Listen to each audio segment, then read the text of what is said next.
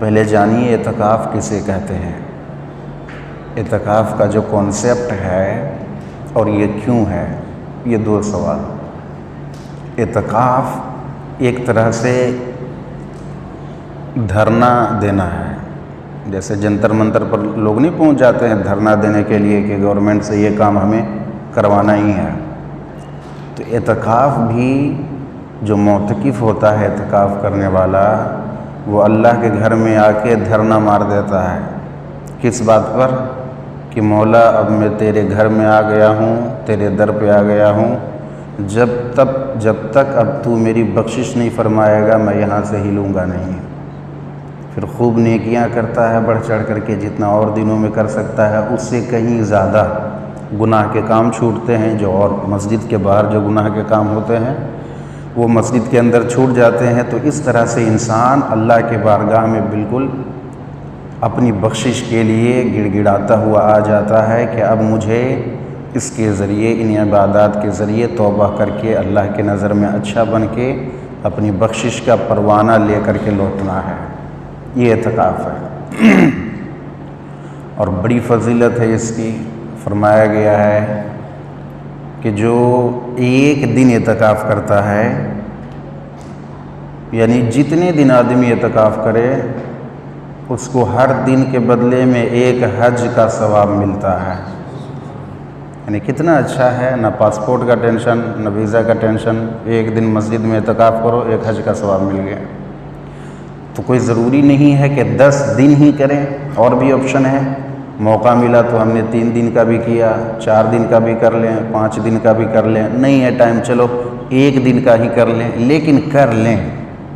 رمضان میں ہر طرح کی عبادت کرتے ہو، یہ والی عبادت لوگوں سے چھوٹ جاتی ہے کہ اگر اعتکاف کرنے جائیں گے تو 10 دن لگ جائے گا، کوئی بات نہیں ہے۔ وہ 10 دن سنت موقدہ علی الکفایہ جو ہے اس کے لیے اور لوگ ہیں، آپ اپنے لیے نہیں ہو سکتا ہے تو 1 دن کا ہی کر لو کہ غروب آفتاب سے پہلے مسجد میں آئیں، اور یا تو رات بھر کا بھی اعتکاف ہو سکتا ہے کہ طلوع شمس کے بعد پھر چلے جائیں، اتنی دیر بھی ہے۔ تو ایک ہر طرح کی عبادت کے جتنے بھی فارمز ہیں، ہر فارم میں عبادت کرنے کی کوشش کرو کہ ایک طرح کی بھی عبادت مجھ سے چھوٹنے نہ پائے۔ سنتیں جس طرح کی ہوں اس کو اپنائیے کہ ایک طرح کی بھی سنتیں چاہے زندگی میں ایک بار ہی صحیح اس پر عمل مجھ سے ہو جائے۔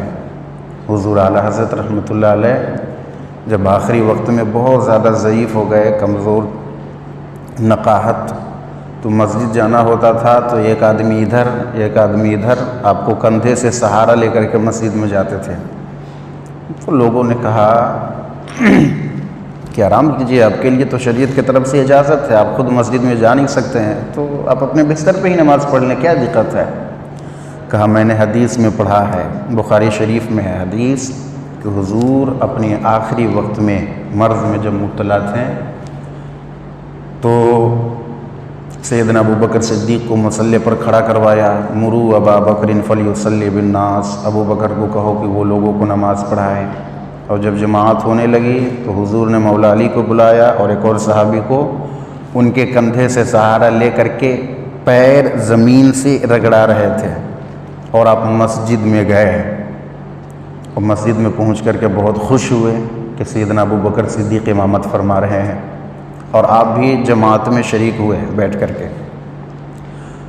تو حضور اعلیٰ حضرت نے کہا میں نے حدیث میں یہ پڑھا ہے کہ حدیث میں اس طرح ہے، میں نے سوچا کہ زندگی میں حضور کے ہر طرح کی سنت کو میں نے ادا کیا۔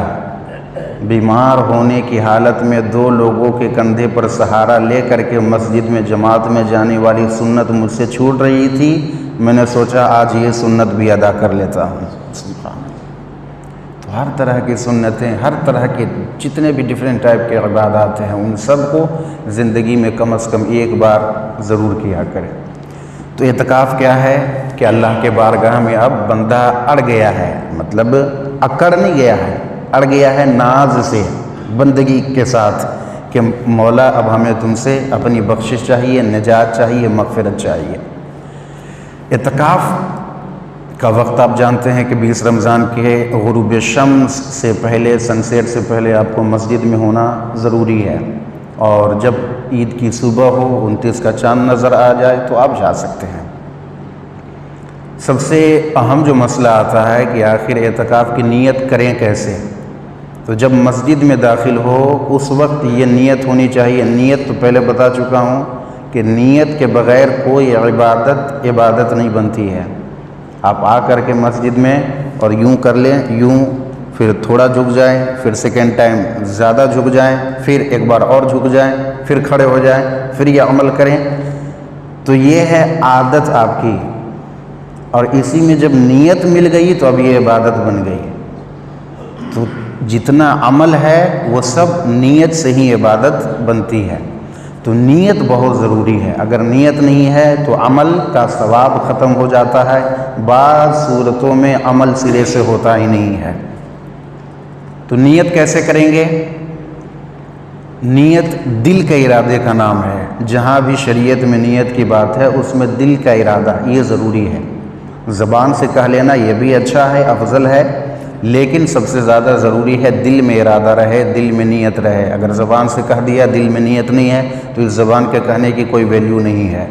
تو دل میں نیت کرے کہ میں اللہ کے لیے اعتکاف کے لیے آیا ہوا ہوں، اور اعتکاف کی نیت میں نے کر لی ہے، اعتکاف میں بیٹھ رہا ہوں۔ زبان سے کچھ اس طرح کہہ لے، نویت سنت الاعتکاف، یہ یاد رکھ لیجئے۔ جب بھی مسجد میں داخل ہوں، مسجد میں داخل ہونے سے پہلے موبائل چیک کرتے ہیں نا کہ آف ہے کہ نہیں ہے، سائلنٹ کیا کہ نہیں ہم نے، وضو ہے کہ نہیں، چپل باہر کھول دیا، دعا پڑھتے ہیں داخل ہونے کی، دایاں قدم جائے پہلے، یہ سب اہتمام کرتے ہیں۔ تھوڑا سا اتنا بھی کر لو، نویت سنت الاعتکاف، یہ بھی پڑھ لو۔ تو کیا ہے، اب آپ 10 منٹ، 5 منٹ، 20 منٹ جتنی دیر مسجد میں رہیں گے اب آپ کو اعتکاف کا ثواب بھی ملتا رہے گا۔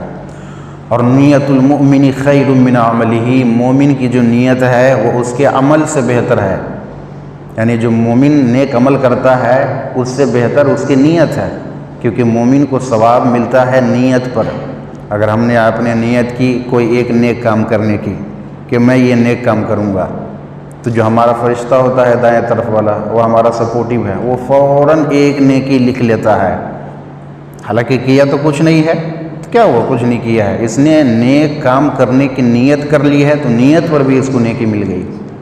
اور پھر جب وہ نیک کام کر لے تو اب اس کو 70 گنا تک، من جاء بالحسنۃ فلہ عشر امثالھا، امت محمدیہ کو ایک کے بدلے 10 ثواب ہے، اور نیت جیسی رہی وہ بڑھتے بڑھتے 70، اور 70 سے 700 گنا تک ایک عمل کا ثواب ملتا ہے۔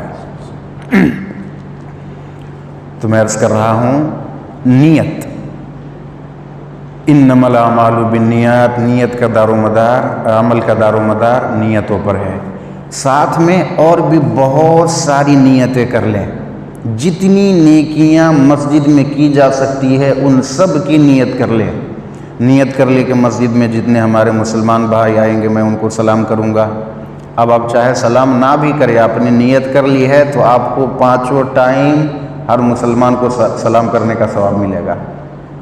کتنا سستا سودا ہے۔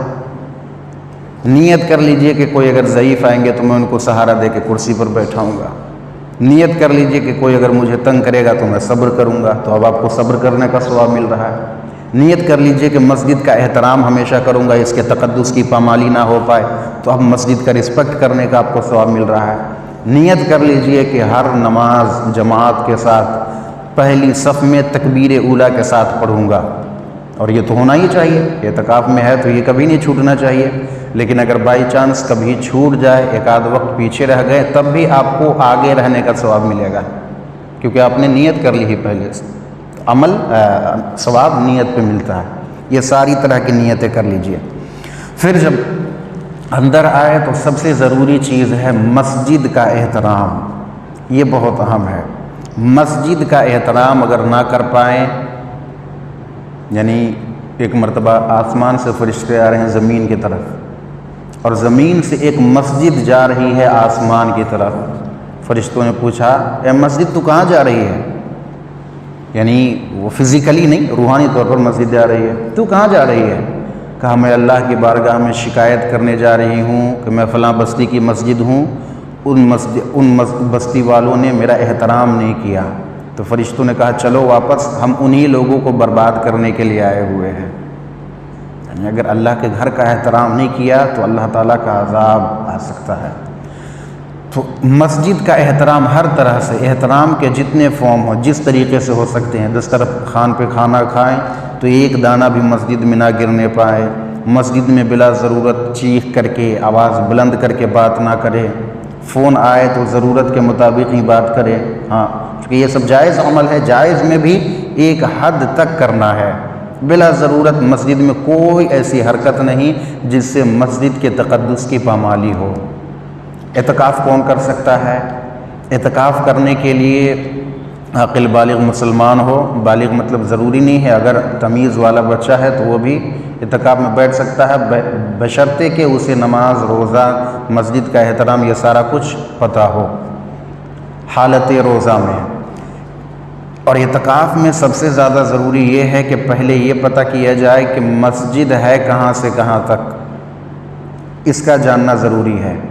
اگر یہ نہیں پتہ، چونکہ عرف عام میں ہم لوگ تو جنرلی بول دیتے ہیں کہ یہ مسجد ہے، تب وہاں گیٹ سے جو داخل ہوئے ادھر دیوار تک مسجد مانی جائے گی۔ شرعی طور پر وہ ساری مسجد نہیں ہے، کچھ ہوتی ہے مسجد، کچھ ہوتی ہے فنائے مسجد۔ معتکف کو اجازت ہے کہ مسجد اور فنائے مسجد میں بوقت ضرورت جا سکے، لیکن بلا ضرورت اگر ایک لمحے کے لیے بھی مسجد سے باہر نکلا اعتکاف ٹوٹ جائے گا۔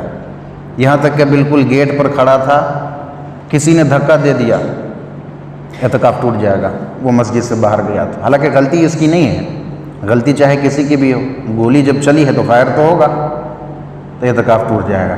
اسی طرح جن جن چیزوں سے روزہ ٹوٹتا ہے اس سے اعتکاف بھی ٹوٹ جائے گا، کیونکہ اعتکاف تابع ہے روزہ کے، اگر روزہ ٹوٹا تو اعتکاف بھی ٹوٹ جائے گا۔ اسی طرح اگر آپ وضو خانے میں گئے تو آپ کو وضو کرنا ہے تو بس وقت ضرورت جتنا ہے وضو کر کے آپ فوراً واپس چلے آئیں۔ وہاں پہ کوئی آدمی غلط وضو کر رہا ہے، اس کو ڈھنگ سے وضو کرنے نہیں آ رہا ہے، تو کیا کریں گے؟ آپ کو یہ بھی اجازت نہیں ہے کہ آپ بیٹھ کر کے اس کو بتائیں کہ اس طرح نہیں، اس طرح وضو کرو، کیونکہ اگر آپ اس طرح کرنے لگے تو آپ مسجد سے باہر بلا ضرورت 30 سیکنڈ کے لیے ہی رہیں تو آپ نے غلط کیا۔ ہاں، مسجد کے اندر آ جائیں۔ اب اس کے بعد یہاں تک کہ اگر وضو خانے میں لمبی لائن لگی ہوئی ہے، اعتکاف والا کیا کرے؟ اب وہ لائن میں نہیں لگے، وہ مسجد کے اندر ہی قدم رکھ کر کے اپنی لائن کا، اپنی باری کا انتظار کرے۔ اتنا اہتمام اعتکاف میں کرنا ہے۔ تو میں عرض کر رہا تھا اعتکاف کن کن چیزوں سے ٹوٹتا ہے؟ جن چیزوں سے، یعنی روزہ ٹوٹا تو اعتکاف بھی ٹوٹ گیا، بلا ضرورت اگر مسجد سے باہر چلے گئے ایک لمحے کے لیے بھی تو اعتکاف بھی ٹوٹ گیا۔ اسی طرح کئی چیزوں میں آپ کو اعتکاف کو توڑنے کی اجازت ہوتی ہے، اس کا گناہ نہیں ملتا ہے۔ مثال کے طور پر اتنا بیمار ہو گئے کہ اب مسجد سے باہر جب تک نہیں جائیں گے تب تک صحت ٹھیک ہوگی نہیں، تو اب آپ کو توڑنے کی اجازت ہے کہ آپ باہر جائیں اور اپنا علاج کروائیں اور بعد میں اس کی قضا کر لیں، ایک اعتکاف کے سے بعد میں اس کی کر لیں، گناہ کوئی نہیں ہے۔ اسی طرح اگر بہت زیادہ ایمرجنسی والے جتنے سچویشن ہیں، خدا نہ کرے کسی قریبی کا انتقال ہو گیا یا کوئی جنازہ آ گیا ہے اور کوئی پڑھانے والا نہیں ہے، ان سب صورتوں میں، یا سامنے آپ دیکھ رہے ہیں کہ مسجد کے باہر کنواں ہے اور ایک بچہ کھیلتے ہوئے آ گیا ہے، یا کوئی اندھا آدمی ہے اس کو ہیلپ چاہیے، اب اگر میں 1 منٹ بھی میں نے دیر کر دی تو بہت زیادہ خطرہ ہو سکتا ہے، اس صورت میں آپ اعتکاف، ان سب ریئر سچویشن میں آپ اعتکاف توڑ سکتے ہیں لیکن آپ کو گناہ نہیں ملے گا۔ سیدنا عبداللہ ابن عباس رضی اللہ تعالیٰ عنہ فرماتے ہیں کہ وہ مسجد میں اعتکاف میں بیٹھے ہوئے تھے تو ایک شخص بڑا دور سے آیا اور وہ بیٹھ کر کے رو رہا ہے کونے میں مسجد میں۔ عبداللہ ابن عباس اس کے قریب گئے، کہا کیا بات ہے، بہت غمگین ہو، رو رہے ہو، بتاؤ مجھے کیا مسئلہ ہے؟ اس نے ایک مجھے ضرورت ہے، بہت دب گیا ہوں، حالات خراب ہے لیکن ٹھیک نہیں ہو رہے ہیں حالات، میرے اوپر فلاں فلاں لوگوں کا حق ہے، قرض ہے، میں ادا نہیں کر پا رہا ہوں۔ تو عبداللہ ابن عباس نے کہا چلو میں چل کے بات کرتا ہوں اور تمہارا کام بنا کے آتا ہوں۔ اب بہت زیادہ رو رہا تھا، اب مسجد سے باہر گئے تو باہر جب قدم رکھا تو وہ کہنے لگا آپ کو یاد نہیں ہے کہ آپ اعتکاف میں بیٹھے ہوئے ہیں؟ اور آپ مسجد سے باہر آ گئے. کہا کہ اس لیے مجھے یاد ہے کہ میں اعتکاف میں بیٹھا ہوں، لیکن اس لیے کہ مجھے حضور کی ایک حدیث بھی یاد ہے. کہا کیا ہے وہ حدیث؟ کہا حضور نے فرمایا ہے جو کسی مومن بھائی کی حاجت روائی اس کا کام بنانے کے فکر میں رہتا ہے اور اس کا کام بنا دیتا ہے تو اللہ تعالیٰ اس کو 10 حج کا ثواب دیا کرتا ہے. یا ایک میں ہے کہ اللہ تعالیٰ اس کو 10 سال اعتکاف کرنے کا ثواب دیا کرتا ہے. تو کسی مومن کا ہیلپ کرنا، ان کے لیے آسانی پیدا کرنا، یہ بھی بہت بڑی عبادت ہے. تو ان سچویشنز میں نکلا جا سکتا ہے وقت ضرورت. اسی طرح اور بھی ہو، 2 چیزیں ہیں جس کے وجہ سے ایک تو جو وضو خانہ وغیرہ عام طور پہ مسجدوں میں جیسے ہماری مسجد میں بنی ہوئی ہے، یہ فنائے مسجد میں ہے، یہاں پہ ایسے بھی آنا جانا بوقت ضرورت جائز ہو سکتا ہے کیونکہ یہ خارج مسجد میں نہیں ہوتا. 2 چیزوں کی وجہ سے مسجد سے باہر جا سکتے ہیں. ایک ہے طبعی ضرورت، نیچرل کال، ایک ہے شرعی ضرورت. شرعی ضرورت میں آپ جس مسجد میں ہیں اعتکاف بیٹھے ہوئے، وہاں پہ جمعہ کی نماز نہیں ہوتی، دوسرے مسجد میں جمعہ کی نماز ہوتی ہے. تو اب آپ کو کیا ہے کہ یہاں سے نکلنے کی اجازت ہے اور دوسرے مسجد میں جمعہ پڑھنے کی اجازت ہے، لیکن اس میں بھی کنڈیشن ہے، یہ یاد رکھنا ہے کہ آپ جائیں صرف ایسے وقت میں نکلے کہ آپ خطبہ کے وقت میں پہنچ جائیں، اس سے زیادہ پہلے نہ پہنچیں آپ. اور وہاں پہنچ کر کے وہاں پہ صرف آپ وہی 6 رکعت سنت پڑھ سکتے ہیں. اس کے بعد آپ کو وہاں پہ ٹھہرنے کی اجازت نہیں ہے، آپ کو فوراً واپس اپنی مسجد میں آنا ہوگا اور باقی جو نفل دعا وغیرہ پڑھنی ہے اپنی مسجد میں یعنی اعتکاف والی مسجد میں آ کر کے. اسی طرح اس طرح کے شرعی ضرورت جتنی بھی ہے کہ اگر مان لیجئے کوئی اور ایسا سچویشن ہو جائے کہ نکلنا بہت زیادہ ضروری ہے تو وقت ضرورت نکلا جا سکتا ہے. یہ اپنی طبعی ضرورت، شرعی ضرورت کے ساتھ طبعی ضرورت ہے استنجا پیشاب پاخانہ کے لیے. کوئی آدمی کے لیے اگر کھانا لانے والا کوئی نہیں ہے تو وہ اپنا کھانا ہوٹل سے لانے کے لیے دوسری جگہ سے لانے کے لیے خود جا سکتا ہے، لیکن راستہ میں ٹھہر کر کے کسی سے بات نہیں کر سکتا. حضور علیہ السلام اعتکاف میں ہوتے تھے، چلتے چلتے کہیں ضرورت کے وقت سے نکلے تو چلتے چلتے اگر کوئی بیمار مل گیا تو اس کا حال پوچھ لیا، ٹھہر کر کے سارا انفارمیشن اسے نہیں لے رہے ہیں کہ کیا ہوا تھا کیسا ہوا تھا. تو مسجد کے باہر آپ کو اتنی ہی دیر ٹھہرنے کی اجازت ہے جتنی دیر کے کام کے لیے آپ گئے تھے، اس سے زیادہ آپ نہیں ٹھہر سکتے ہیں. اور سب سے اہم چیز جو ہے کہ مسجد میں جو اعتکاف کی عبادت کیوں ہے، ہم کیوں بیٹھتے ہیں، تو یہ ہے شب قدر پانے کے لیے.